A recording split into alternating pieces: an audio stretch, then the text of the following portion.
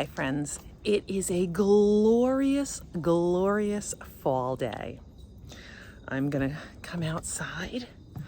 I mean, all you need is look at that. Look at, can you see that? The trees are starting to change colors. And it's just, I think it's gonna be like almost 70 degrees today, but right now it's probably in the 50s or 60s. There's my dogs, of course. I wanted to just come on here for a quick minute.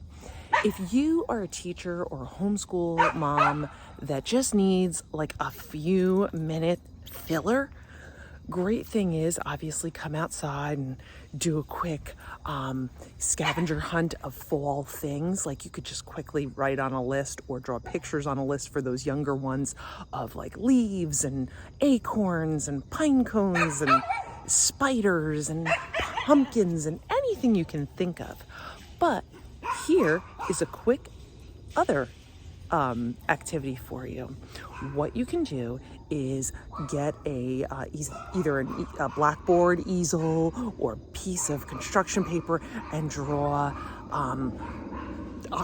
write the word October on it or put like a pumpkin on it, and then have them brainstorm all kinds of words that remind them of fall or Halloween if you celebrate.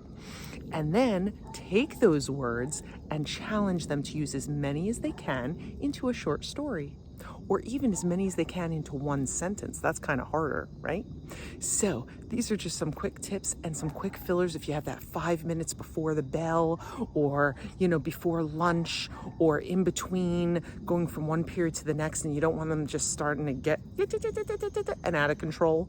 This is a quick, easy educational activity. See you soon. Bye.